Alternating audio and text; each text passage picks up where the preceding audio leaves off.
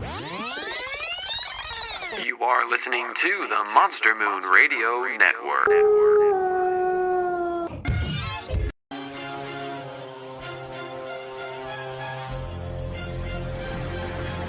Welcome to Movie Talk.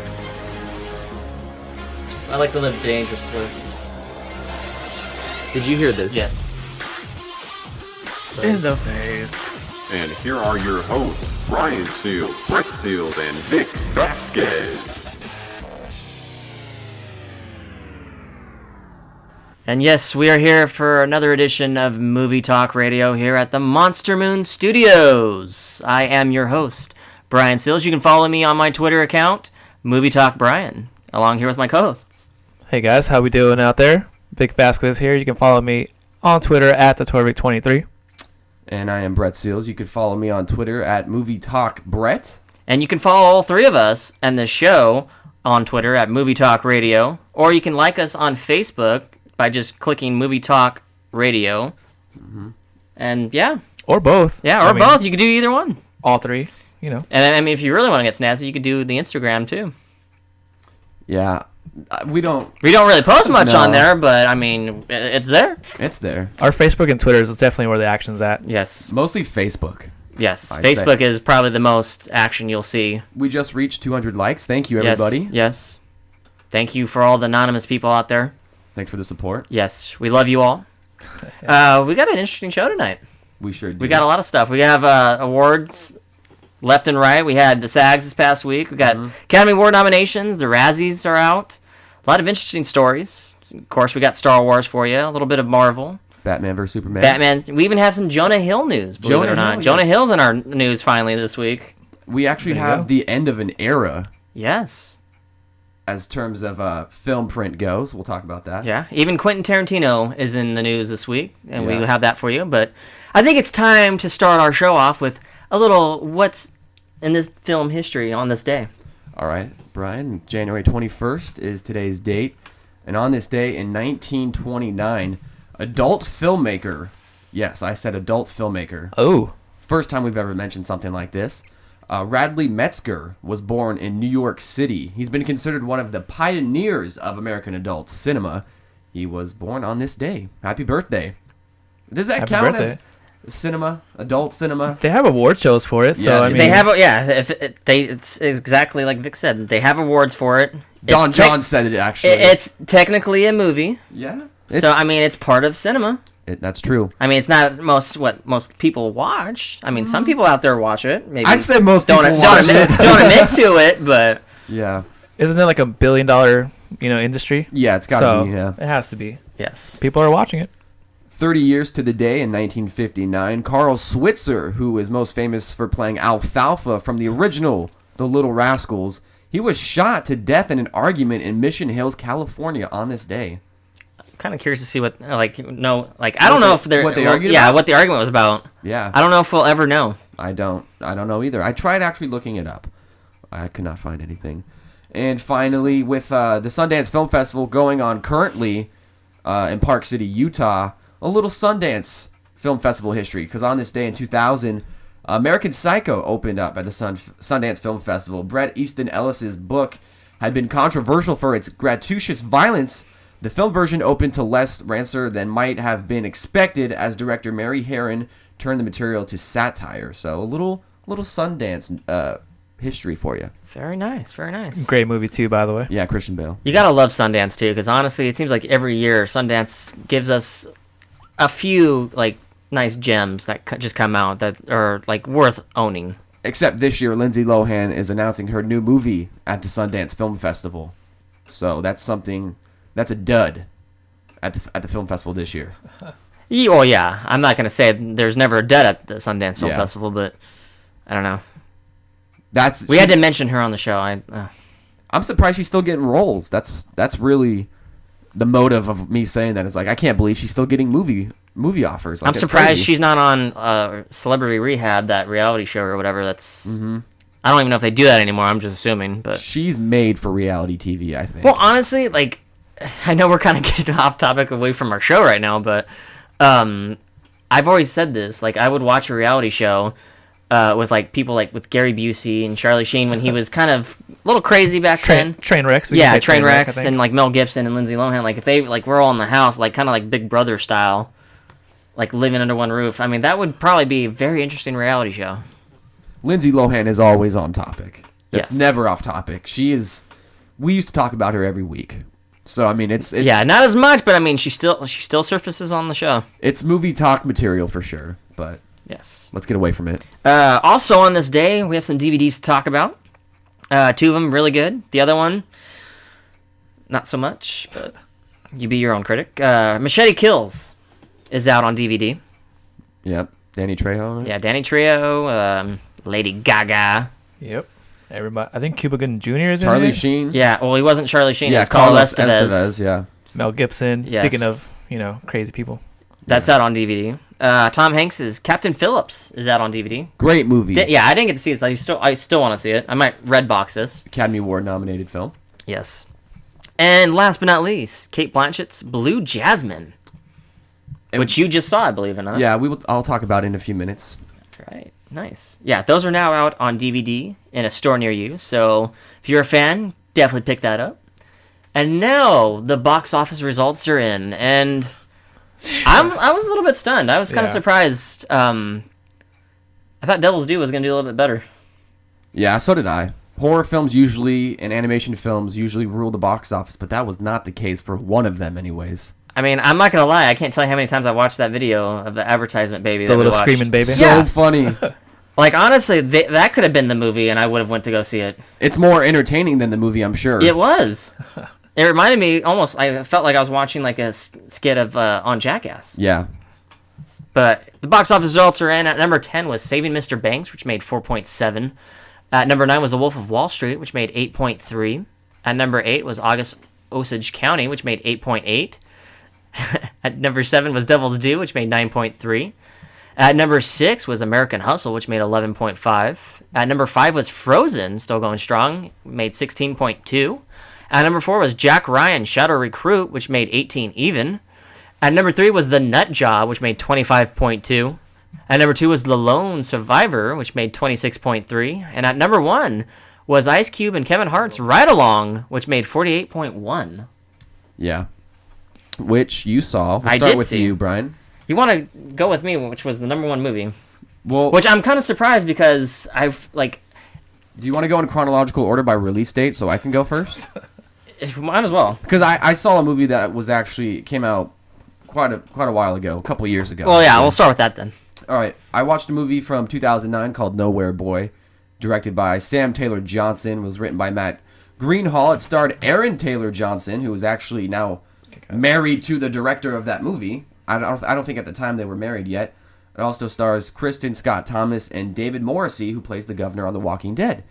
The plot is, it's a chronicle of John Lennon's first years, focused mainly in his adolescence, and his relationship with his stern Aunt Mimi, who raised him, and his absentee mother Julia, who re-entered his life at a crucial moment in his young life.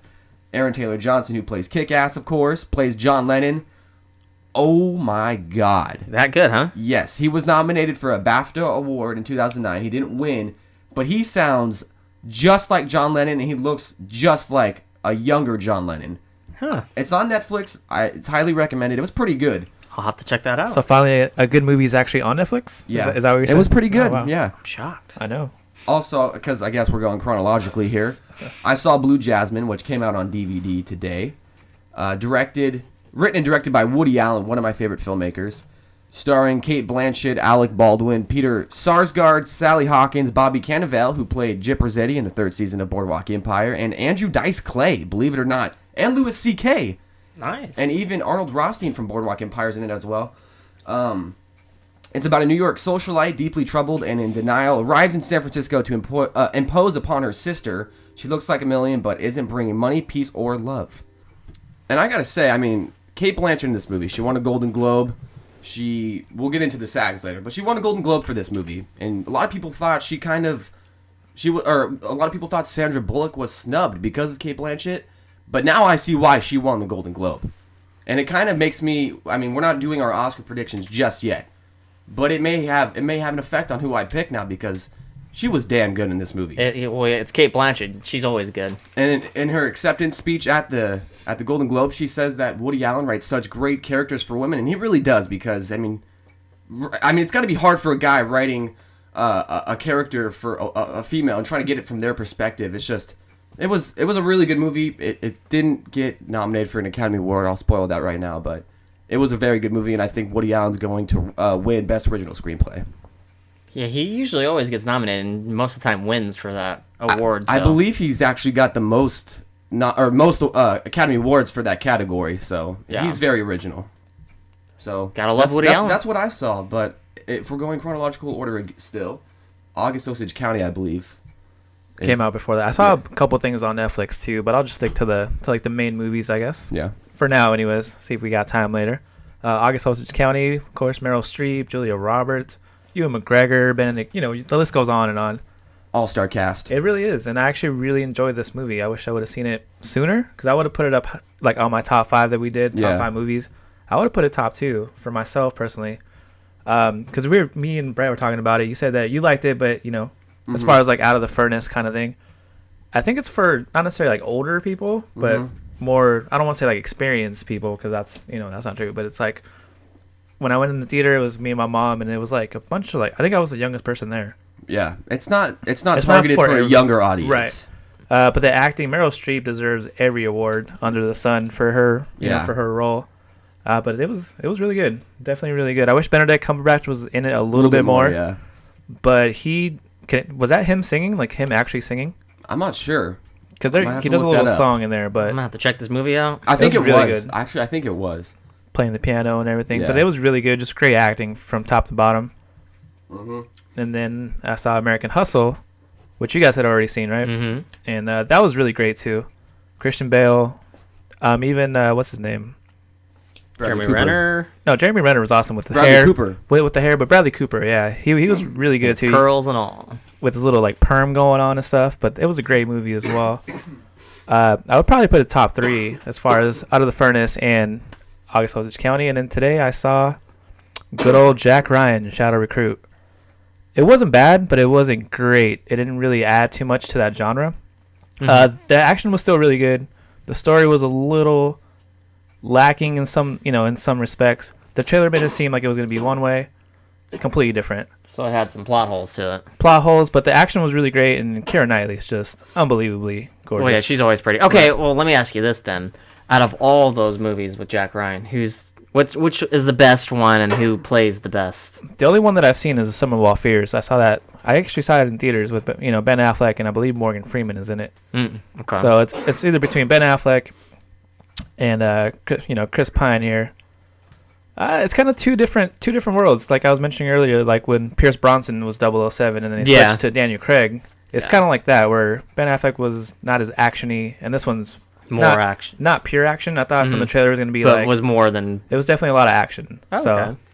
But definitely if you get a chance to see it, it's one of those movies where if you see it, I'm sure you'll like it. So Yeah. Well, I only saw one movie. I feel like I'm kind of slacking here between the two of you. I went and saw Ride Along, which was the #1 movie this week in the box office. Kevin Hart. Kevin Hart, Ice Cube, John Leguizamo was in it. Lawrence Fishburne was actually in it. Didn't even know that. Really? Yeah, it's kind of surprised to see him in there. But I don't know. I don't even know where to begin with this movie. Was it hilarious? Because anything Kevin Hart does, I think is just ridiculously It's a great duo, hilarious. I think. It's a great duo. Like, I enjoyed the movie. I thought it was very entertaining. I actually enjoyed it more than The Heat. I even said, like, I was going to ask you about I think I said even on the show, like last week's show, that this is what The Heat should have been. It actually was not as funny as I was expecting it to be. I felt like it was more action than it was comedy. Surprising. Yeah, considering the fact it had Kevin Hart in it and Ice Cube. But I mean, it's definitely like I said, better than The Heat. It's definitely entertaining, but comedy-wise, I probably would not have it as a comedy because like I said, I think out of the entire movie, I laughed maybe twice. Really? Yeah. How long was the movie? Like an hour and a half? It was it was like an hour and a half, roughly. Huh. I mean, it had an interesting plot to it. I mean, scenarios that were in the movie. I don't want to spoil anything, Right, but it wasn't bad. I mean, funny or not, I enjoyed myself. It was a good movie. As an overall movie, it was. As an overall movie, it was good. So I mean, it was good, yeah. I mean, I will write a review for our website that we're going to be launching in February 1st. But I mean, if I had to like rank it on a system of like on a scale of 1 to 10, 10 being a great movie, Right. I would probably give it like maybe 6.5 to 7. Respectable. Yeah, like I Not said, bad. I mean, it's not like the greatest comedy action movie I've seen, but I mean, it was entertaining. Was it better than that movie with like Martin Lawrence and Steve Zahn? Was that National Security? I can. Did you ever see No, that? yeah, I know which one you're talking about. No, that one was with Martin Lawrence and Wasn't Luke Wilson. Luke Wilson was in? Maybe. Or I'm thinking no. Wait, what? No. You, I'm sorry. You had the right one. wait a I was thinking of another movie that they were in I'm like, together. wait, but you just look so convincing, and I was like, oh. No, I know which one you're talking about. National Yeah. Security, yeah, but the one I was mentioning is actually Blue Streak. We had Martin Lawrence and Luke Wilson. the Blue Streak. Yeah. I would say Blue Streak and National Security would probably be just A little bit better Yeah, a than- little wow. bit better than Ride Along. But I mean, this movie still. I mean, you should check it out. I mean, you can't beat Kevin Hart. He's got his one-liner like dialogue where he's got funny moments in this movie. He is a funny guy.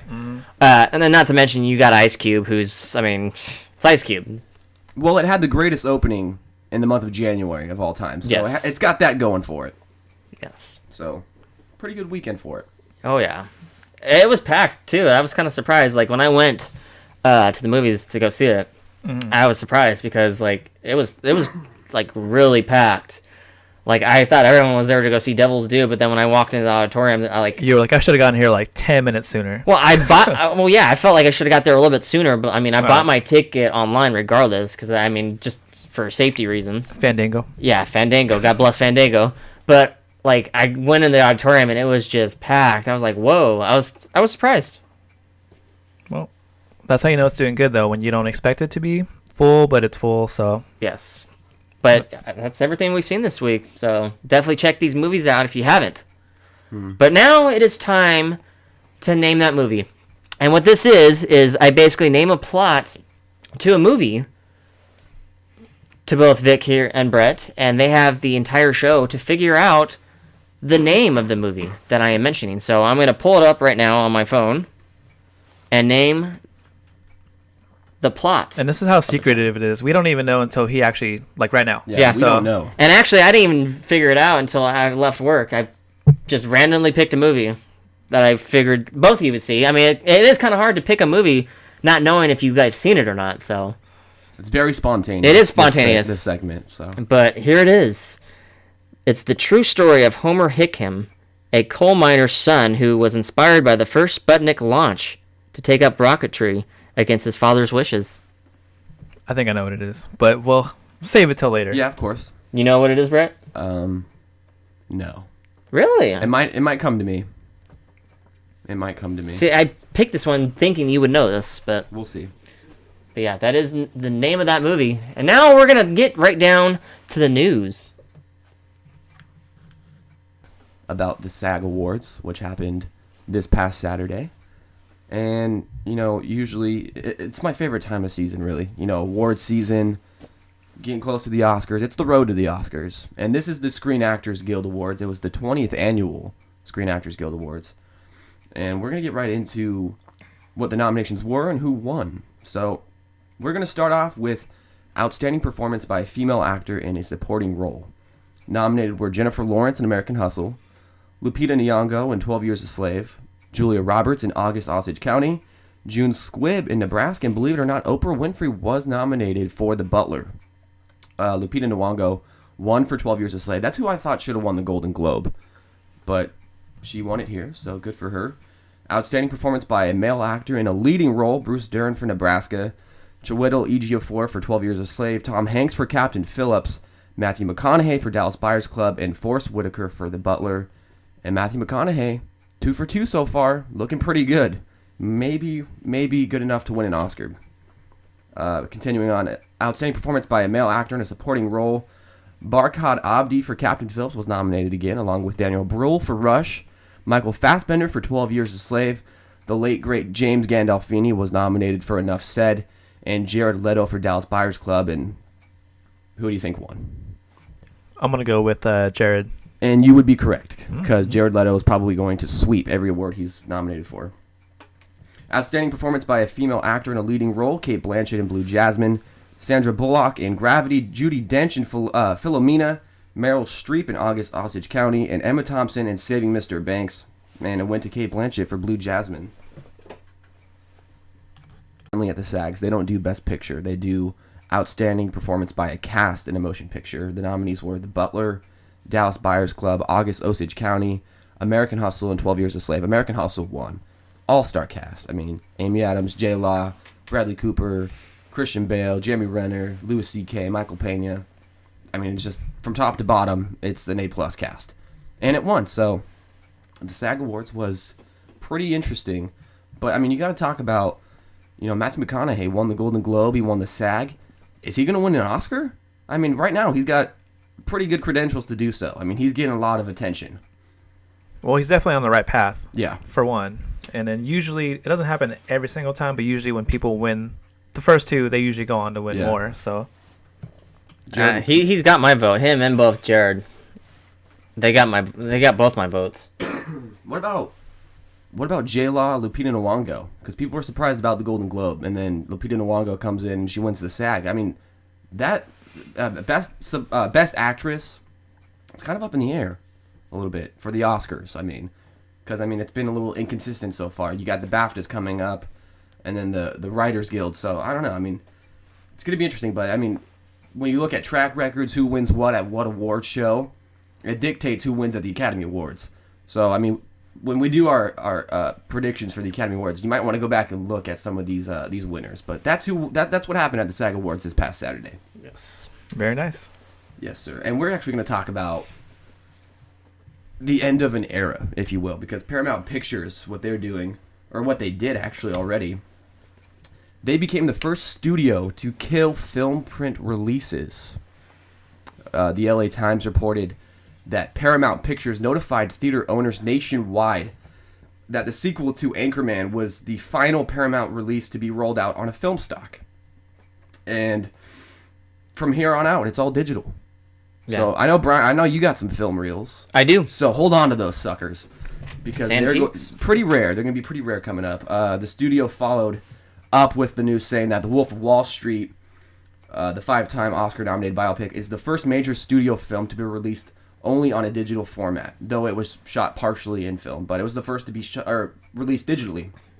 So, I mean, this kind of signals other studios are going to follow. And I'm guessing by the end of this year, there's going to be no more film print released by any studio. Oh, yeah. I have actually, I remember when they first started doing, where it was not on film stock, but actually digital. I had a friend that worked at one of the theaters in Riverbank, and it's really interesting stuff. It's almost kind of downloading music. It's almost exactly the same thing, where you're, waiting for it to, finish downloading. I mean, that's how they do it with the films. It's, they get, a certain code or whatever, and it's really interesting stuff. Downloads it and then plays it. But, I mean, it's going to end up being a novelty when you can find film reel in a theater, and it's going to be kind of weird. But, I mean, I don't know if you remember me talking about this, about drive-in movie theaters, how the extinction, that it could end up being extinct because of this very reason. I mean, because drive-in movie theaters, they play film reels. They can't afford these high-priced projectors that play digitally. They can't. So you might see a lot of drive-in theaters become extinct because of this very reason right here. So it's kind of bittersweet. Yeah, I mean, really, the only reason, way they can really keep whatever is left out there for drive-in theaters, is to you're gonna have to raise prices on it. But I mean, I don't know. It's kind of sad because I mean, drive-in theaters are it's part of cinema history. It is cinema history, and honestly, I enjoy going to the one out in SAC. Yeah, I always enjoy doing that. That's every year. When we talk about going out there, I enjoy it because it's almost like a tradition now for us. Mm-hmm. And the fact that if we don't do it, it's disappointing. Yeah, well, it'll be interesting to see who's the next studio to do this. But my guess would be Warner Brothers. Yeah, probably some big studios, Universal, Warner Brothers. So we'll see. But speaking of movie studios and whatnot, we're gonna talk about HBO right now. very popular TV station. HBO, Showtime, yeah, like that, Showtime. Yeah, they're all up there. It's a popular station. We're gonna talk about them and HBO Go, which, suppose you don't know what HBO Go is. It is basically a subscription where you can like get the stuff on streaming demand. Yeah, I use HBO Go quite frequently, Yes. actually. Well, the reason why I'm bringing it up is apparently HBO Go is going to be on the PS3 and later on the PS4. Not Xbox at all? No, Wow. Sorry, it Xbox. is strictly Wow, for that's PlayStation only. That's quite an acquirement. It is. That's a big acquirement. That is. I heard this is a good acquisition. Because they just added that Redbox instant video thing. Did you guys see that? I have seen that. I haven't done that yet. Yeah, I haven't either. But they keep adding all these streaming. Well, program it's the things. future. Yeah. Streaming is the future. I mean, eventually there will be a point where we won't even have to go to the movie theaters at all. You could just stream it here at home. Yeah. But yeah, HBO Go gonna start on the PS3 and then eventually to follow onto the PS4. So I mean, it's only for those who have an actual subscription with your cable or satellite provider. Otherwise, you're not gonna be able to watch such shows as like Game of Thrones, Boardwalk Empire, or their new series that just debuted a couple weeks ago, True Detective. With By the way, Matthew which McConaughey. is a great show. If you have HBO, you need to watch it. It's really Yes, but not only that, you can actually watch hit movies, sports, documentaries, comedy specials, and behind the scenes extras, all on HBO Go. good. In my opinion, I On the think go. HBO is the best. Well, yeah, to me, I would have to agree with you. I mean, after that, I'd probably have to say Showtime. I mean, they're pretty they're neck and neck to me. The way I look at their shows that they've had over the past several years. I mean, they just had a lot of competition between the two. I mean, when you have a TV show online, you want it to go to HBO. That's the first place you want it to go to because they're mainstream. Yeah. I mean, HBO shows are the shows that get nominated for Golden Globes and stuff. And I mean, not only that too. I mean, if you look at it, like the track record of HBO shows that they've had, I mean, some of them I'm not a big fan of. I mean, like Sex and the City, but they had 2 movies out of it, and now a spin-off show, and now you got the Entourage, Which is has now started shooting, yeah, which has actually. already started shooting for their movie. I mean, I think that clearly says it right there of how Sure well does, they yeah. are. It leads to movies, yeah. Exactly. Speaking So- of leading to movies, the last few weeks we've been bringing you all the latest rumors on Batman, Superman, about which actors are possibly involved, which actors may not be. Last week I actually quietly reported that that Jason Momoa, who was rumored to be possibly a villain, he told IGN that it was just rumors, it was all just kind of blown out of proportion. But now there's actually some news stories coming out. Badass Digest is reporting he was actually up for the role of Aquaman, and he just didn't get it. But last week, actually, MTV caught up with Momoa at the Sundance Film Festival, which you were talking about earlier. Yeah. And this is what he said about the rumor about him possibly being Aquaman. He said, "I get it all the time. It's just a rumor, I swear." And then to prove his seriousness, he offered MTV News' Josh Horowitz some insurance. And this is what he told him. He said, "Man to man, you can punch me in the face if I'm lying. You're allowed to punch me in the face. No, it's a flattering rumor, but it's not true." So You heard he's just completely, when you talk about Batman, Superman, Jason Momoa's name's coming up like for everything. And now he's like taken it to the point where he'll let you punch you in the face or You know what I punch find? himself You in know the what I face find and all really that weird stuff. about this story? Like it's deja vu to me about this whole thing. We're talking about Aquaman right now and Sundance Film Festival. I literally am- Entourage? Yeah, Entourage. I almost was gonna make a joke like the role was just offered to Adrian Grenier by James Cameron. Yeah, so he's taken it to the point of saying, I told you last week I'm not a part of it. I'm telling you again, I'm not a part of it. So let's let it be, I guess. So I guess we can, apparently from this, we can rule out him being in the film, at all. So Otherwise, we get to punch him in the face. I think it's just the dude, Horowitz guy. But you can try, though. I mean, he's kind of buff. He might take you down. Honestly, I would be amazed if I can even get close to him. If I were able to track this guy down and punch him in the face, I'm sure he would have bodyguards that would take me down in a second. I think even if he had a shirt that said, "I'm Jason Momoa," I don't think I'd still... I mean, I saw Conan, too. I saw that, but he doesn't really stand out. But he's not part of it, so in case you're a Momoa fan, sorry. I wouldn't really necessarily rule him out, though, because people always deny and say they're not in it. But, I mean, if his name's been attached to the project, Constantly, he's yeah. obviously had some discussion. I mean, maybe at this point it's officially to where he's not going to be in it. maybe like maybe not even for that role, but Yeah. maybe It It still could be something somehow. else. Yeah, it could be Yeah. for he something could still, else. he could still be attached to it, but he can't. He can't confirm shake anything. it right now, Yeah, too. he can't confirm even a rumor really. So he could still be a part of it for all we know. But And then we still have a lot of Batman, Superman. Huge news on that, so Yeah. be sure to stay tuned. But now, it is time for Vic's pick.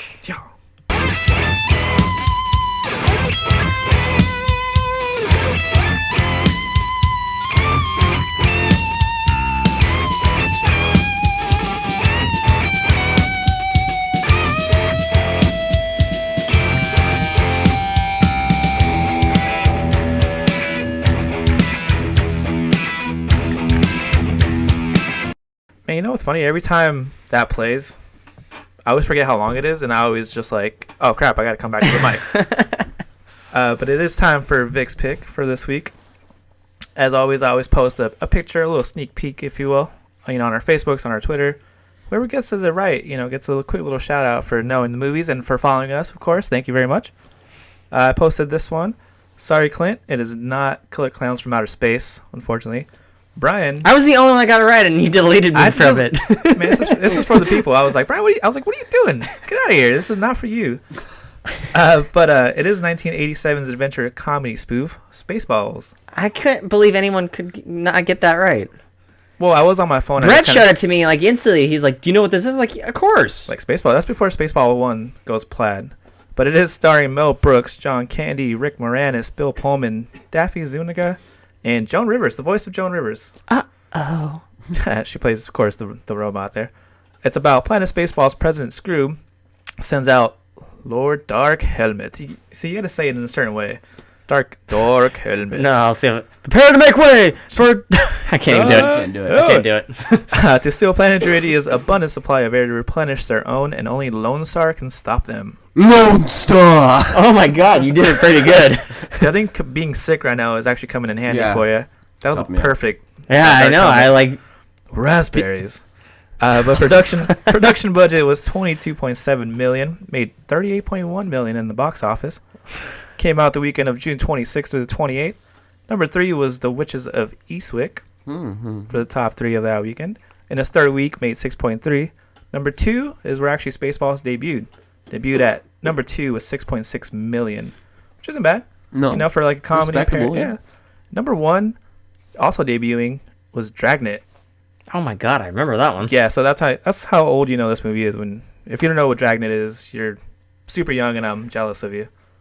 Well, now I just feel old. Thank you, Vic. I don't know what it is. Well, you don't know what it is? No. Well, I'm jealous. Dragnet, Good. I'm Tom jealous of you, Hanks, and good Dan sir. Aykroyd. Made 10.5 million. IMDb has Spaceballs at a 7.1 out of 10. I don't know why it's so low, honestly. Actually, for IMDb, that's pretty high. That is true. There's a bunch I would of have put it as a 10 though. there's a bunch of enjoyed that. haters. There's a bunch of haters on I IMDb. enjoyed that movie. Roger Ebert has it at 2.5 out of 4 stars. And now it's time for some movie fun facts about Spaceballs. One of my favorite segments. I actually learned some stuff too. I love Yes. these movies, but I learned some things too. It took Mel Brooks 6 months to write the script, Wow. which isn't. I mean, it's not bad. It's not bad. And can I get a little Dark Helmet voice over here, please? Just anything. You want Just anything. Lone Star? The first time was better. It's always better the first time. Well, the scene in which Dark Helmet, which is played by Rick Moranis, is playing with his dolls, was not in the script. Yeah. Yeah. Which was pretty cool, I thought. Mel Brooks came up with the idea on the set one day, told it to Moranis, who then improvised the entire scene, including the dialogue. No, I did not see you playing with your dolls. Did you see me playing? What did I tell you about reaching me on this wall? It's funny too because when I saw that when I was little and I saw him playing You with it, I wanted wanted those. I was like, where can I get those toys? You know what's funny though? Mel Brooks actually got the okay from George Lucas to do the movie. He could do anything he wanted with the Star Wars, but he just couldn't do any merchandising for it. That was like the Oh, so one. that's why. Yeah, well, yeah, I found out why, but I was later That was like upset. the one condition that absolutely Yes. no merchandise of There's any actually kind. only one thing I have to say, and I don't know if merchandising. anyone else had this issue when they watched the movie, but every time I saw Pizza the Hut, I wanted pizza. I don't know if that's disturbing or not, but Or else pizza is gonna send out for you. you Yogurt taste the yummy. lunchbox. Spaceballs, the flamethrower. The kids love that one. Yeah. Rick Moranis claimed in an interview that he pitched a potential sequel idea to Mel Brooks. He called it Spaceballs 3: The Search for Spaceballs 2. Which, for Spaceballs, that's hilarious. However, Moranis added that he and Brooks were unable to structure a deal that would allow the project to move forward, unfortunately. And we were saying that he needs to make another comedy. Mel He Brooks does. is- He does. he's a little bit older now. I don't know how He's old up he is. there. I think he's in his twilight. Yeah, He's up there. He's near the end of the road, He needs sadly. to make, but he needs yeah, to make something else. he But needs it- to make one final picture before he goes. Yeah. Yeah, but it is on Netflix. Baseballs. If you haven't seen it yet, you're really missing out. 96 minutes, not that not that long. It goes by pretty fast. And if you like laughing, if you like Star Wars, this is for you. Yes, go ahead any and of check his it out. movies are really good. Blazing Saddles. Yes, Young love that Frankenstein. movie. We can Yes. keep going on with Mel Brooks, but Yes, go we ahead can. and watch Baseballs. Can keep on bringing your guesses over. We'll shout you out. Yeah, I won't guess anymore. I was like, Brian, this is for the people. What are you doing here? But anyways, we're gonna take a short little break, and when we come back, we got some weekly film fun facts and scripted movie scenes, and some more news. So don't go away. Don't go away. Don't go away. Lone Star. And we are back. We are back. We are back. It's a Hangover reference. Yes. In case you didn't know. Oh, is that what that was? Yeah, that's what that Oh. Except for we're not getting Doug back because we don't have a Doug. You got to plug in as many movie references as you can on this show. Yeah, So- we have to. It's a movie podcast. Yeah, of course. But we are going to get into the weekly film facts. Got 3 for you here tonight. We're going to talk about Will Smith because he was originally approached to play Neo in The Matrix, but backed out to star in Wild Wild West instead. I bet he wished. Either way, Either way, it was a dud. So but between those two, The Matrix was more successful. So, yeah. but interesting. This one's a little more interesting because I never knew this. Robert De Niro turned down the role of Captain Jack Sparrow because he thought the Pirates of the Caribbean was going to bomb. Robert De Niro as Robert De Captain Niro. Jack Sparrow. Well, I He- cannot picture that for the life of me. he was right and wrong because Pirates of the Caribbean, the first one, did not bomb. It did very, very well, but in the long run, it tanked. So, It's because they tried to milk it Yeah. as long as they could. but we will still see another Pirates of the Caribbean later on. R2-D2 is shorthand for Real 2 Dialogue 2 that was used in George Lucas's film American Graffiti. He liked the sound of it and reused it for Star Wars. So R2-D2 got his name from American Graffiti. Kind of interesting. Never knew that. Nice. But those are the weekly film facts. Very cool. And this basically just transitioned into my segment, the unscripted movie scenes, take 2. I'm going old school on this one for this week. Yeah. We talking like the 80s? No, even before then. I'm talking about going 75. back to the 40s and even the early 20s. Everything's Oh. before the 1950s. Yes. Well, I'm going to take us back in time from 1949's The Third Man. When Orson Welles... None of us will know these movies. No. Harry Lime, which was played by Orson Welles, attempts to convince Buddy Holly Martins, not actually Buddy Holly the singer, but his buddy Holly Martins, which is played by Joseph Cotton, to join him in his dodgy dealings. Welles improved the infamous cuckoo clock line in the dialogue of that scene. The line didn't actually appear in the script at all. This was all done by Welles himself, improvising that line. Very interesting. I'll have to check this out. Yeah. Well, all these are, improv, and you got to be a good actor to do that. And Orson Welles was not only a great actor, but he was a great filmmaker in general. So It doesn't surprise me. And taking you back even further in time, 1927, The Jazz Singer. This movie I've actually heard. I haven't seen it, but I've heard of it. There's actually a line in the movie where it's, wait a minute, you ain't heard nothing yet, says Al Jolson, which is played by Jakey Robinson-Witz. I probably butchered that name, but I'm sorry.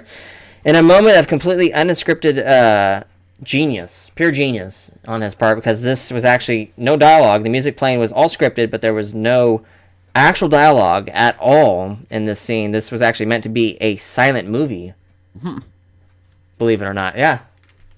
A silent movie. Wow. Yes. But that is our unscripted movie scenes for the week. And I'm sad to announce that I only have 5 left. What? So Yes. we're coming to an end. It is coming to an end. Unless I can find more, then it would be Take 3. take 3. Yeah. So until then, only 5 left. That's sad. Vic looks like he's about ready to cry. I think he is. I think he is crying. I'm sorry. Well, this makes me cry a little bit. You know how much I love biopic movies. You know how much I love very awesome directors directing biopic movies. We've talked about Martin Luther King Jr. biopic.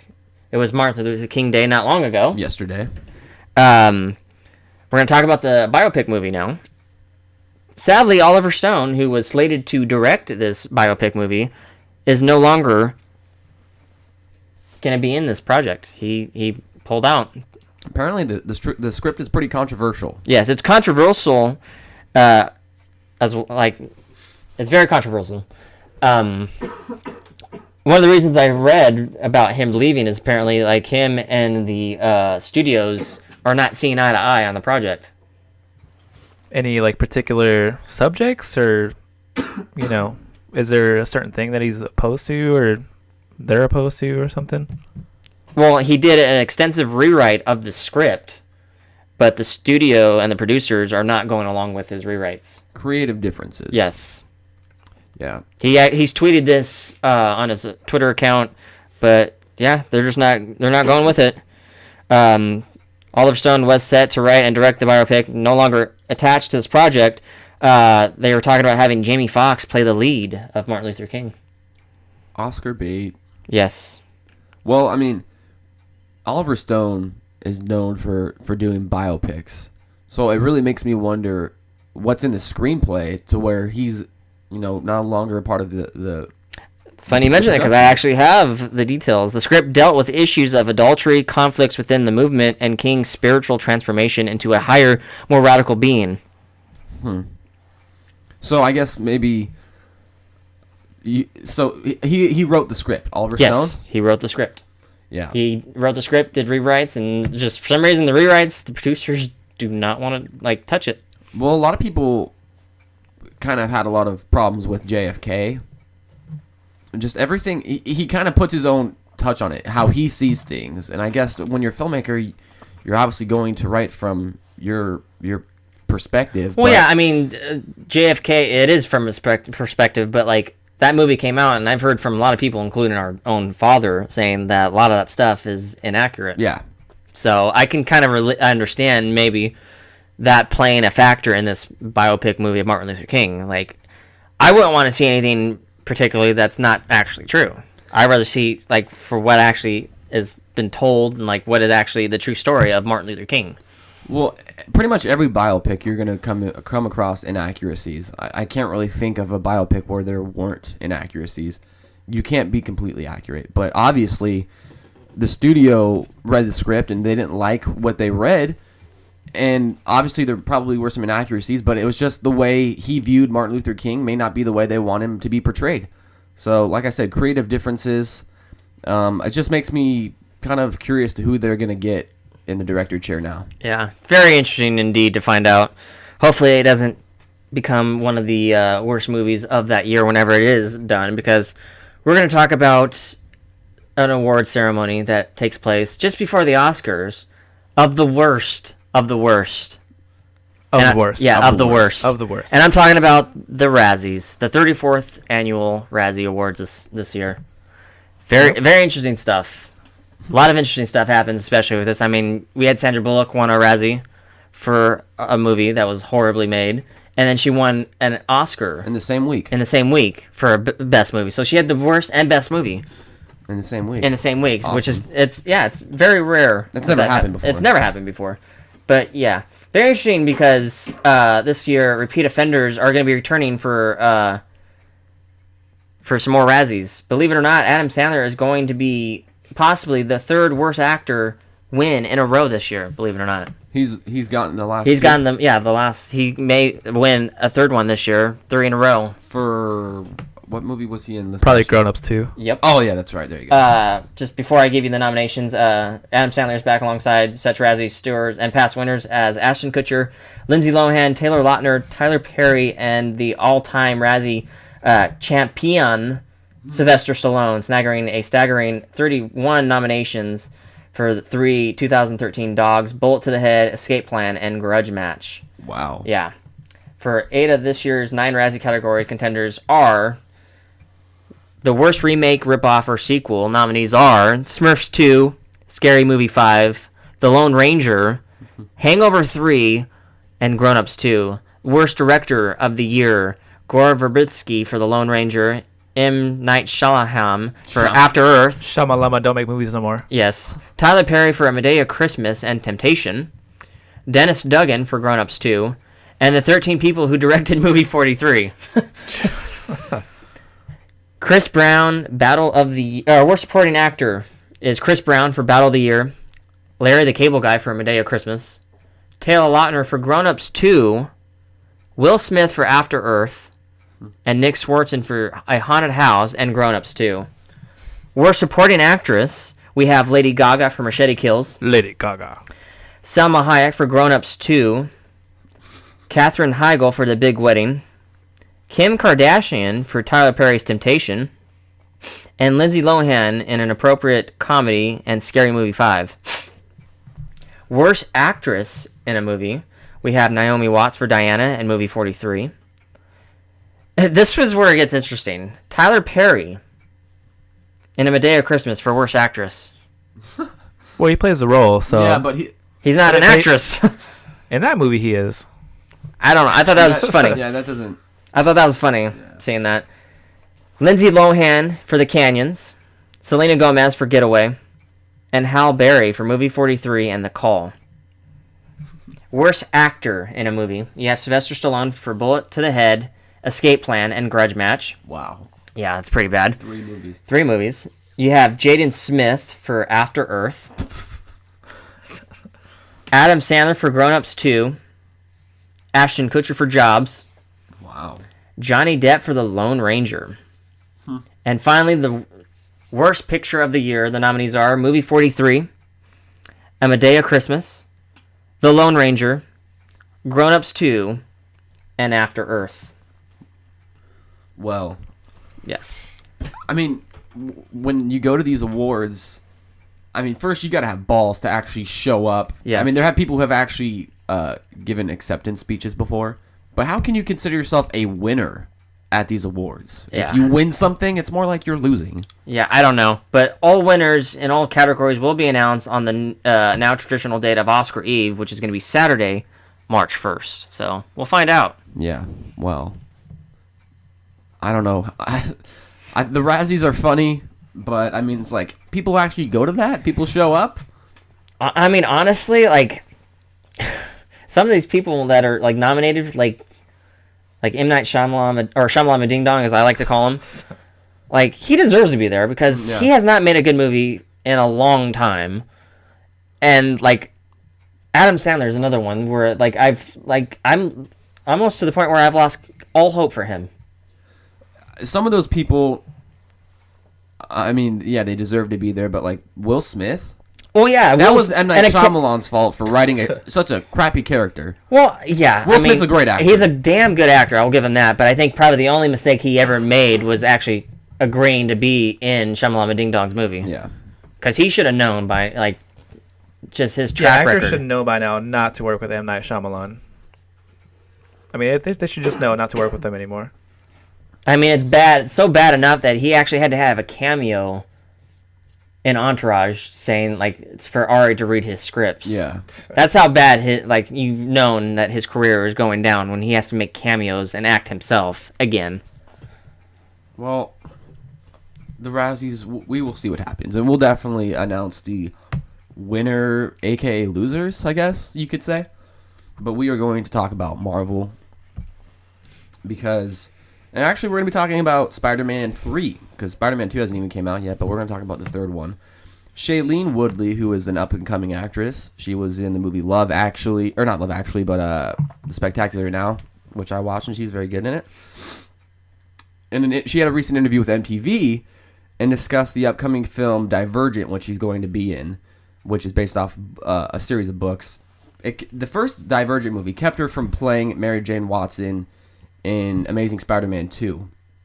And she also discussed how the Divergent sequels will likely prevent her from ever playing Mary Jane Watson in the Spider-Man franchise. So I mean, really, you got to look at it. She decided to, turn her head away from Marvel to focus on the Divergent franchise. So, I mean, what do you guys think? Is that a good choice? Did she make the right choice? I feel like, I mean, I can't really per se because I'm not sure how well, like when Divergent comes out, how well it's going to do. But I mean, you got something that's a possibility that could be a big hit compared to Spider-Man that is owned by Marvel that is going to be a big hit. So, I mean, me personally, like if I was her, I would have probably stuck with Spider-Man. What do you think, Vic? She's basically picking the unknown, as opposed to like a possible known. So we're not saying that, Amazing Spider-Man 2 is going to do great. I mean, it probably will, but she's kind of putting her chips into like, like I said, like the unknown. Yeah. So can you really, I mean, is Divergent supposed to be good? I actually never even heard of it. I know it's a book, I think, but it's does three. it have a It's following? it's a book. It's a book series. Yeah, Right. it's 3 books, and the first one hasn't came out yet, and the other 2 have already been greenlit, so that's usually a good sign. But I mean, I think she might have made the right choice because she's the lead role in Divergent. She's the face of that franchise, whereas in Spider-Man 2, she'd be, I mean, a very iconic character in Mary Jane Very Watson, important character, yeah. but a supporting role. She's overshadowed by Andrew Garfield, of course. Yeah, well, yeah, but again, like I said, Divergent. I mean, we've seen the trailer. We've seen the trailer. And it's like I said, it could be a big like franchise hit. It may not. Or it could turn into like the City of Bones. Exactly. Where it's I mean, not even, me personally, like Yeah. I've seen the trailer.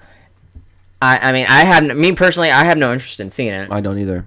But At this point, it's hit or miss. that's what I'm saying. It's pretty much it's We'll either see.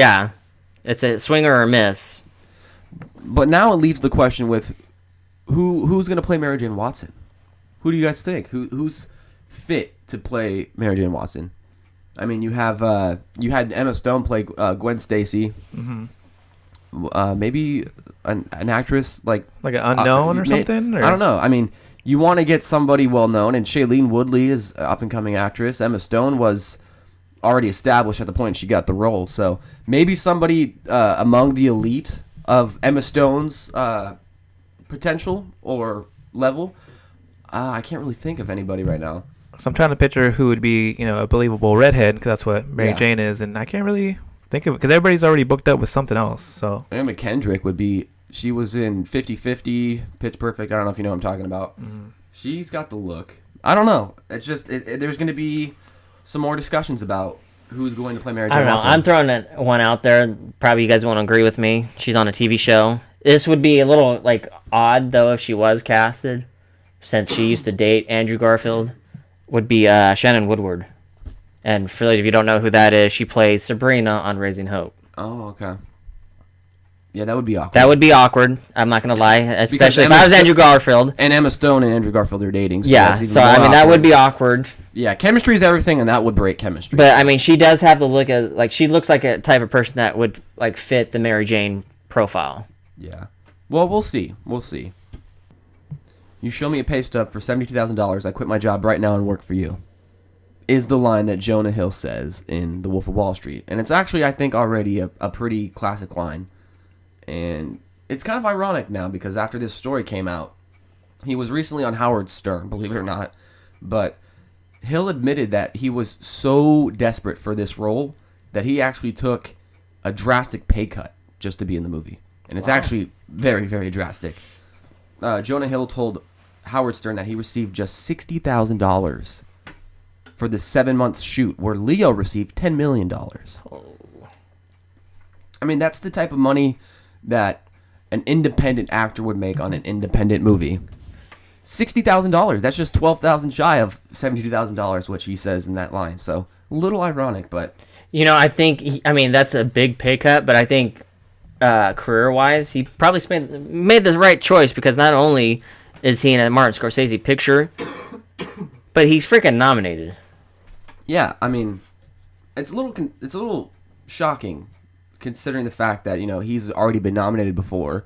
You think he would be in high demand, but like you said, it shows his commitment and his dedication to his career. He's not messing around. He'll do anything it takes to work with great filmmakers. I was watching the special features on Django Unchained, and they had like a press conference, and he was there. He only had one scene in the movie. He even said, "I don't know why you guys had me here. I was in one scene." But they asked him about what it was like to work with Quentin Tarantino, and he said, I got into this business to work with great filmmakers. He's worked with David Fincher, Quentin Tarantino, Martin Scorsese. I mean, this is a guy who was in Superbad, and yeah, like you said, we'll talk about more in depth later, but nominated for another Academy Award this year for this role. So $60,000, well worth it. Worth the pay cut. Yeah, made the right career choice. I would have done the same. Yeah, so that's pretty awesome. You $60,000, but you get an Oscar nomination along with it. That's a good trade-off. Yeah. But speaking of Quentin Tarantino, this is some very hateful news because yes, a few weeks ago, actually it was more like a month ago, Vic showed me this story about Quentin Tarantino. He was, I believe, on Conan O'Brien, was it? Yes, somewhere like that. Mm. And he announced that his new script, and he just gave the genre. He said it's going to be a Western, which he just did with Django Unchained. So he's following up a Western with a Western. And then last week I mentioned there's a title for it, The Hateful Eight, and that Christoph Waltz has a role in the movie along with Bruce Dern. But now it's completely taken a left turn because apparently Tarantino contacted a Deadline reporter to reveal that he will no longer be making The Hateful Eight as his next picture because one of the 6 people he gave the script to let it get leaked out to an agency. Unbelievable. He said this, Tarantino said, I'm not talking out of both sides of my mouth because I do like the fact that everyone eventually posts it, gets it, and reviews it on the net. Frankly, I wouldn't want it any other way. I like the fact that people like my shit and that they go out of their way to mind it and read it, but I gave it to 6 mother effing people. Of course, he actually said the full thing. Starting this week, I'll be setting meetings with publishers. So, with that last line, he said, he's going to make it into a book. So, no movie. I mean, what are your guys' reactions? It makes me want to track down these 6 people that he gave it to and be like, and confront them. Because honestly, you just ruined a good movie that could have been just as good as Django Unchained. Like me personally, if I was Quentin Tarantino, for one, I wouldn't obviously because Tim Roth was one of them. Yeah. I mean, I like him as an actor, but me personally, after this fiasco, I probably would not want to work with him anymore. If it was him, of course. If it was him. I don't think, and that's the thing, too. I don't think any of them's going to come clean on it. You got Michael Madsen, I think, was one other people. So. Well, he's going to make it into a book.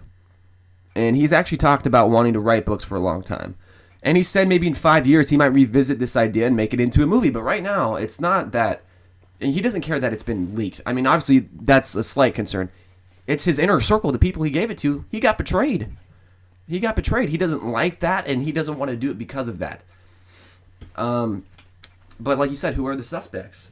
You got Michael Madsen, who's been in Reservoir Dogs. He was in Sin City. Tim Roth, Pulp Fiction, Reservoir Dogs. And then also Bruce Dern, who was nominated for an Academy Award on March 2nd for Nebraska. He was rumored for a role. He was offered the script. And then Django Unchained producer Reggie Hudlin, who actually showed the script to an agent at his house.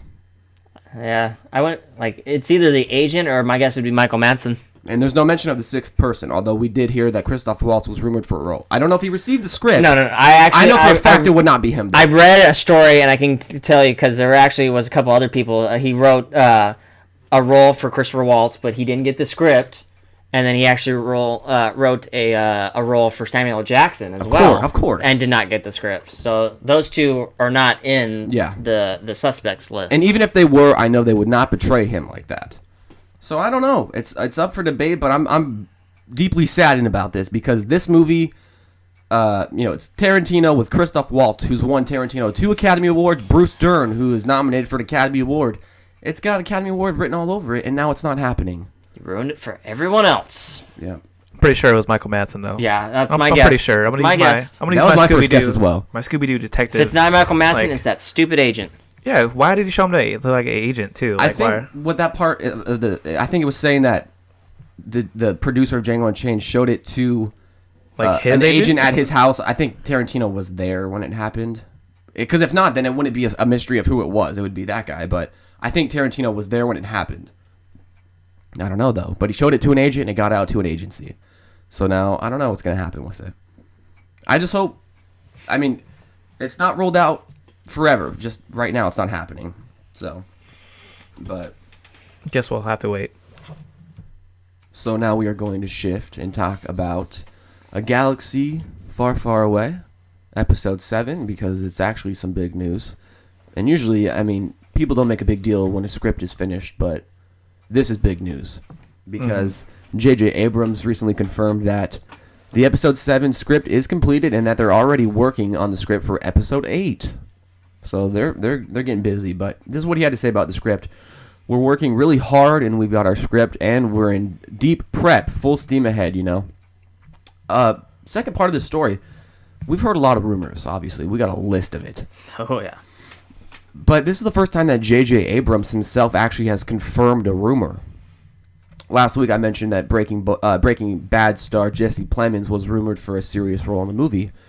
And Abrams actually came out and confirmed that. He said, he is one of the actors that we've talked to, yeah, but, you know, it's not often that I read about actors that I'm going to be meeting, that I get to read articles about actors who are going to come in. And so I get to see someone and say, oh, I read that I'm going to see you. It's usually agents talking to people about what's happening. It's a lot of noise. Because last week I said he sent in a video audition, and then he got called back to meet with J.J. Abrams face-to-face. Apparently that must have not been true. It might have just been agents talking, but he did confirm it that they're talking to him. So, I mean, what do you guys think? Jesse Plemons, is he at the point in his career to where he could, you know, lead a big franchise like this? Well, I think if you're going to start anywhere, Breaking Bad, you know, like the cast of Breaking Bad is not a bad place to start picking talent from. Yeah. He basically, with Breaking Bad, I think that kind of opened the door for him to definitely take on rings such as Star Wars. So, I mean...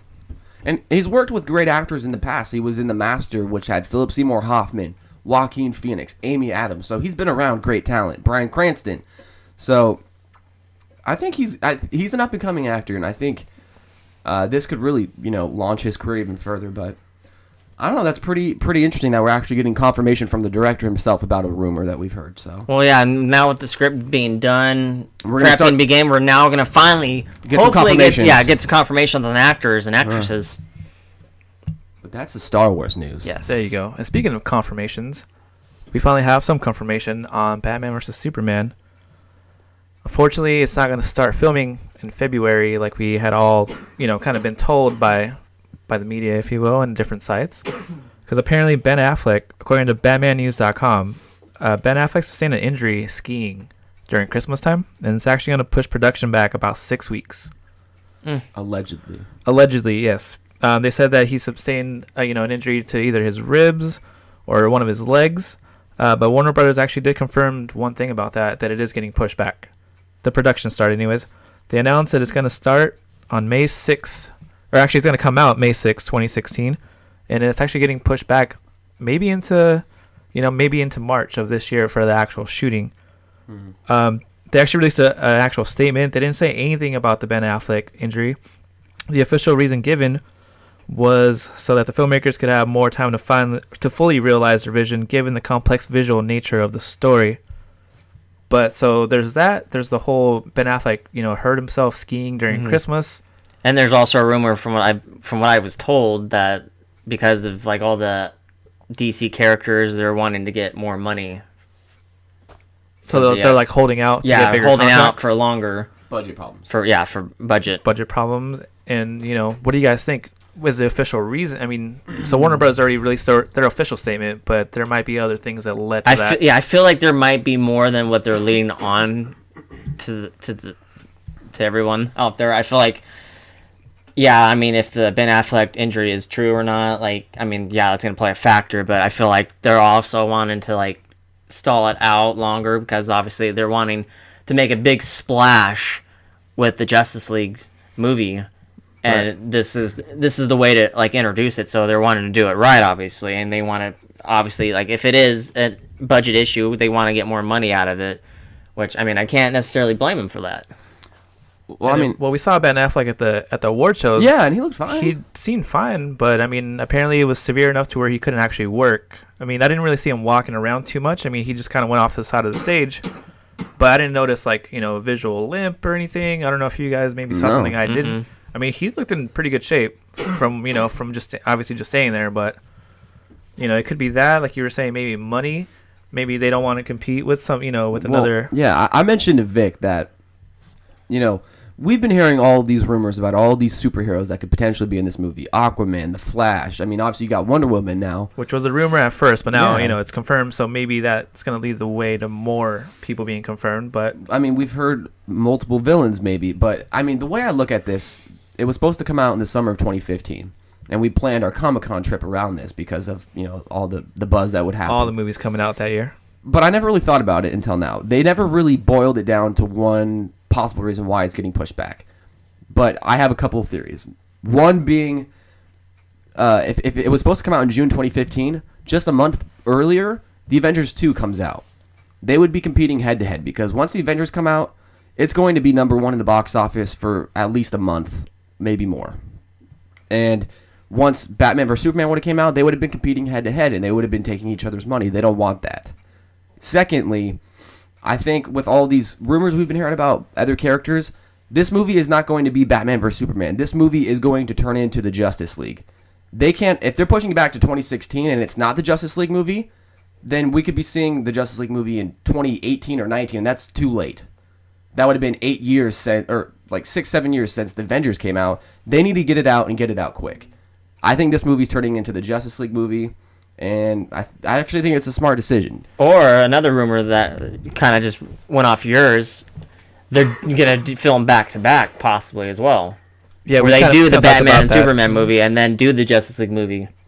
Because everybody would be, already, on set. All the actors wouldn't be going anywhere because they're already, because they're all there. Yeah. That could be another possibility. You're filming back-to-back films. Well, I think that might have just been a cover-up. I think that they're actually, like I said, I think this is the Batman vs. Superman. I think it is the Justice League. And if you think about it, it's actually a smart way to do it. The way the Avengers did it, they had all their standalone movies, and then they met up for the Avengers. Maybe they're going to work backwards. They're going to meet up and then have all their standalone movies. Start off with a bang. Don't take baby steps. Take one giant step first. And then, like you were saying, like the Justice League movie, like you were saying, it might come out maybe like 2018, for example, or something like that. That might be too late. Yeah, it's too late. Because everything comes in, waves, if you will. Like right now, comic books, it's it. Yeah, exactly. That's all there is. That's all people want to do.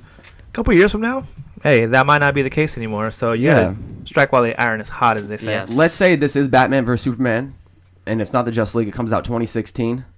Then maybe Justice League comes out like 2017, 2018. That would be like back-to-back. That'd be like 5-6 years after the Avengers come out. It's too late. You need to compete now, and I think that's why this might be the Justice League movie.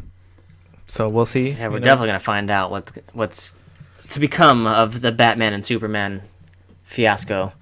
But we're gonna take one last break, and when we come back, we're gonna give you the Oscar nominations, trailer of the week, new releases, box office predictions, and I'm gonna reveal that movie. So don't go away. And we are back, and we're going to talk about the Oscar nominations and snubs right now. Yeah, because the Academy of Motion Picture Arts and Sciences announced the nominees for the 2014 Academy Awards. And usually, like we did with the Golden Globes, right when we announced it, we made predictions. But we want to see some of these films if we can, that we haven't yet, so we can make more accurate predictions. These are only the major categories. Obviously, I'm not going to give you the full list, but we will predict mostly the full list when we make the predictions. Best Director, David O. Russell for American Hustle, Alfonso Cuarón for Gravity, Alexander Payne for Nebraska, Steve McQueen for 12 Years a Slave, and Martin Scorsese for The Wolf of Wall Street. Pretty much the exact same thing as the Golden Globes. Best Supporting Actress, you got Sally Hawkins for Blue Jasmine, Jennifer Lawrence for American Hustle, Lupita Nyong'o for 12 Years a Slave, Julia Roberts for August Osage County, and June Squibb for Nebraska, the same exact as the Golden Globes. Best Supporting Actor, Barkhad Abdi for Captain Phillips, Bradley Cooper for American Hustle, Michael Fassbender for 12 Years a Slave. Jonah Hill, who was not on the Golden Globes list, is going to be nominated his second time for The Wolf of Wall Street. And finally, Jared Leto for Dallas Buyers Club. Best Actress, Amy Adams for American Hustle, Cate Blanchett for Blue Jasmine, Sandra Bullock for Gravity, Judi Dench for Philomena, and Meryl Streep for August Osage County. Best Actor, you got Christian Bale in American Hustle, Bruce Dern in Nebraska, Leonardo DiCaprio in The Wolf of Wall Street, Chiwetel Ejiofor, 12 Years a Slave, Matthew McConaughey, Dallas Buyers Club. Finally, Best Picture. You got American Hustle, Captain Phillips, Dallas Buyers Club, Gravity, Her, Nebraska, Philomena, 12 Years a Slave, and The Wolf of Wall Street. 9 nominations. Nice. So there were a lot of snubs this year. Yes, there was. Firstly, okay, you can go. I'm sorry. Out of the Furnace. Yeah. I'm like, first of all, I was sitting here like, all right, Out of the Furnace is coming. Out of the Furnace is coming. You can Out of you the can Furnace blame coming. on the critics because they slammed it so much. Critics. Bah. Yeah, well, I mean, not everything could be nominated. Well, yeah. I think it deserved to be nominated as well. I thought it was very good, very gritty. Scott Cooper, usually at the Oscars whenever he's got a film out, but yeah, that was snubbed. Best Actor. Where the hell is Tom Hanks, please? You got Barkhad Abdi, I Am the Captain Now, nominated for his first Academy Award in his first film. Tom Hanks, 2-time Academy Award winner, not nominated. And if you've seen the movie, the final scene when he's back on the boat, it's an Oscar-winning scene, and he's not nominated. Oscar Isaac, not nominated for Inside Llewyn Davis. Inside Llewyn Davis, not nominated at all for Best Picture. Joaquin Phoenix, not nominated for Her. There was a lot of snubs this year, and I just don't. Well, yeah. See, I mean, that's one of the things I hate about the Oscars is like some people that deserve to be on there more than some of the others. Mm-hmm. Like they get left off. Yeah, Like I wouldn't be surprised like if we like asked people that like came up with this list of nominations like why did you leave Tom Hanks out? Well, he already won 2. It's like big deal. Doesn't matter. Should be whoever's the best of the best that year. If they had a damn good movie like Tom Hanks did in Captain Phillips, he should be on that list. You have, I mean, they changed the Best Picture category from 5 to what is it like 8, 9 now? It was 9. Yeah, like they changed that. Like if you have to, add more. Yeah. Doesn't matter. I mean, best actor.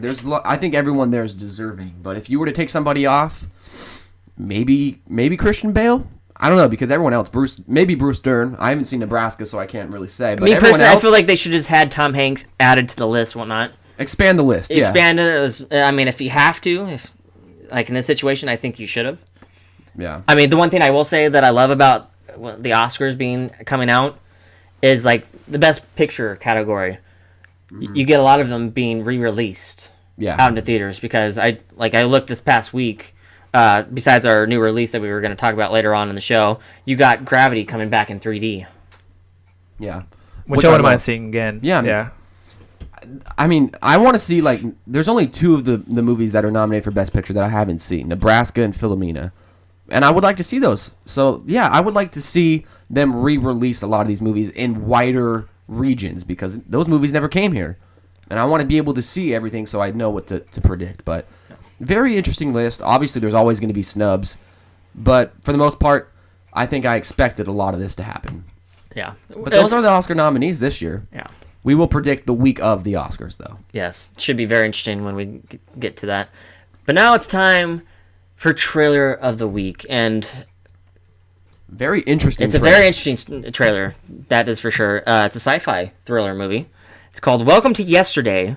It's about a group of teens who discover a secret plans of a time machine and construct one. However, things start to get out of control once they start to time jump. I forgot what movie I saw, or like the trailer. I've seen the trailer twice now.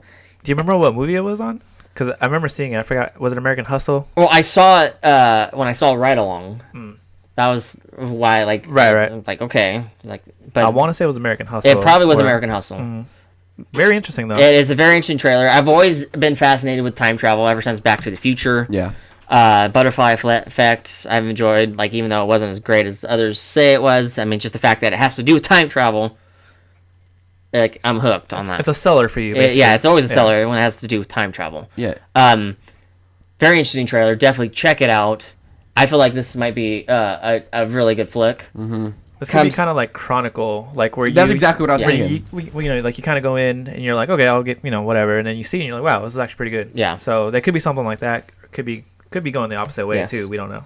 You don't have to wait very long. It actually comes out next month, February 28th. So, I mean, definitely check it out if you have not seen the trailer. It's definitely a movie to maybe go see. But that is trailer of the week. Nice. And it's time for our new release that comes out this Friday, and it's Aaron Eckhart film. For those of you who don't know, Harvey Dent, Two-Face, from the Batman movie. I, Frankenstein. Frankenstein's creature finds himself caught in an all-out, centuries-old war between two immortal clans. Yeah, I don't know about this movie. I don't either. Like, I saw the trailer for this, and I thought, okay, is this the same people that made Van Helsing with Hugh Jackman? What's the producer from Underworld, or somebody from Underworld has something to do with this? I don't see Aaron. I mean, he's a great actor and all, but I don't see him as like a money-making lead man, if you will. Yeah, I don't see him as the leading man. Not to mention, this is Frankenstein, and he just looks like himself. It doesn't look like a Frankenstein type movie to me. It's I don't know what they were going with. Yeah, I don't know. I don't know. Yvonne Strahovski is in it, and she's pretty awesome. So that's. I don't know if it's gonna do anything. That's for one me. thing it has going for it, but other than that. But that maybe is, I don't know. But that is the only release that comes out this Friday, which now leads us to the box office predictions. Ooh. You want to go first? Yeah, I'll go first. You always go first. Really. Yes. I, at number 4, have I, Frankenstein. Followed by number 3, The Nut Job. Number 2, Lone Survivor. And at number 1, I have Ride Along. Well, I'm right there with you, Brian, because I have the same exact thing. And I have something a little bit different. Number 4, I have The Nut Job. Number 1, I'm going to give Frankenstein the benefit of the doubt here. Get it at number 3. Number 2, Lone Survivor. Number 1, Ride Along, still going strong. So yes, we'll see. Yeah, we'll see. We definitely will see. No one's got it yet in 2014. No. So hopefully, either one or two of us might get it this week. As long as one of us gets it, even if it's not you, if someone else gets it, hey, we finally got it right after 10 weeks of not getting it right. If you get it right, Vic, I'll be happy for you. Yes. Woo! Well, Pat, whoever gets it, a pat on the back. Yeah, a pat on the back. But that is our box office predictions. That is the new release. And it's now time to reveal the movie at the beginning of the show. I will read it one more time to Vic and Brett, and they have the opportunity to get it right and add another tally of the year. Tally. Yes, another tally. Tally at it. All right, here it is. The true story of Homer Hickam, a coal miner's son who was inspired by the first Sputnik launch to take up rocketry against his father's wishes. I guess I should go first since you think you know, so I don't just say what you say, right? Sure. Yeah, whatever works. When was it made? Can you give me that? I will give you that. It was made in 1999. So I was 5. Yes. So I was about 48 years old at that time. Oh, God. Kidding. I'm not. I think I know this movie. I just can't remember the freaking title. That's the problem I had too, but I think I got it. Oh, my God. See, I don't have time to think during the show because I'm reading. It's not, God. Where's the Jeopardy music? Can I get a music? lifeline? Where's the Jeopardy music playing? Can I get a lifeline? There's no lifeline. Can I call a friend? No. I want to say it's October Sky. Is that going to be your final answer? Yes, Regis Feldman. Okay. Now, Vic, what is yours? October Sky. You guys actually both got it right. Holy crap. It is October Sky with Jake Gyllenhaal. Yep. Okay, that's why. Yes. That was one of the reasons why I picked it. I was like, this is a Jake Gyllenhaal movie. I'm pretty sure Brett has seen most of his films. Yeah, because I just watched besides Zodiac, Prince of Persia. so I was like, yeah. I think that's the only movie you haven't seen of his was Prince of Persia. I saw that. You I have saw- seen that? I saw that too. I saw the day Oh. it came out. Unbelievably, Okay. it sucked. Believe it or not, this was not actually my first Jake Gyllenhaal film I was going to pick. I actually was going to pick one that I already knew would have been a dead giveaway, which would have been Bubble Boy, Oh God. I'm surprised I got where he this one. first surfaced. Yeah. But yeah, you Wow. both got it right. So Well, there you go. still neck and neck. But that is the end of our show. Yeah. Definitely pick up the DVDs that are coming out, or that is now out. Captain Phillips, Blue Jasmine, Machete Kills. Check out Vic's pick, which is Spaceballs. Damn good movie. Check out the new release that comes out this Friday, I, Frankenstein. Trailer of the week. Welcome to tomorrow. Yeah, Welcome to Tomorrow. Definitely check our Twitter and Facebook page, Movie Talk Radio. Both Movie Yes. Talk Radio, Movie Talk Brian, the Yes. Torvik 23, and Yep. Movie Talk Brett. Those for you who are subscribed to our iTunes account, starting next week, we will be only on the newer one. We will post this episode on both. Yeah, it's going to be posted on both this week, but next week, like I said, for those of you who are subscribed to us, you're going to have to jump to our newer one, which new is iTunes pretty account. easy to find on iTunes. You just go to the podcast section and type Movie Talk Radio. We will be the first one popped up on the podcast. Actually, what you can do, it's actually easier. You don't even have to go to. You could just type in just iTunes Store, Movie Talk Radio, and just scroll down, and it's in the podcast section. You don't even have to click podcast. Just scroll down. It's the red logo. Yeah, and our red logo that's on our Facebook page. Movie Talk Yeah, Radio. we're there. It's easier for everyone to find now. So, Yeah. like I said, next week it'll just be on the new iTunes page, and the one that you're gonna have right now will be no more. So We'll be extinct. yeah, obsolete, gone. But thank you for listening. Yes, thank That you is for the show. listening. Thanks for following. Yes, be your own movie critic, and that is a wrap.